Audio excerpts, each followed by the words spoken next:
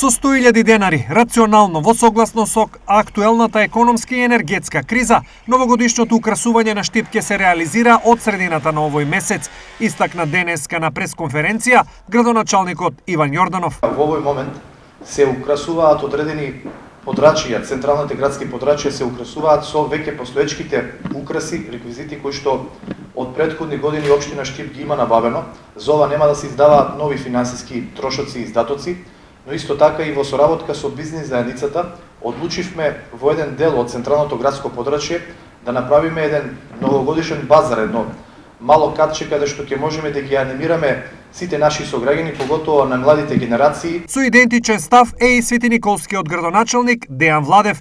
Градот ќе се украси со веќе постојните новогодишни реквизити. Во врска со новогодишното украсување можам да кажам дека не планираме додатни трошоци.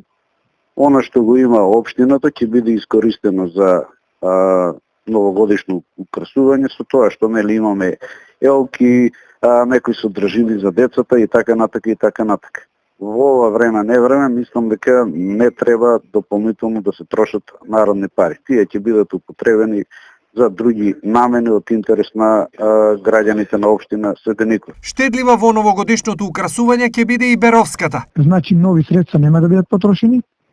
Она што е набавено во претходната буџетска година, само технички искоригирано и сервисирано ќе биде поставено. Значи рационално и согласно насоките за намалување на поточната заштита на енергија и намалување на потрошувачката на електрична енергија.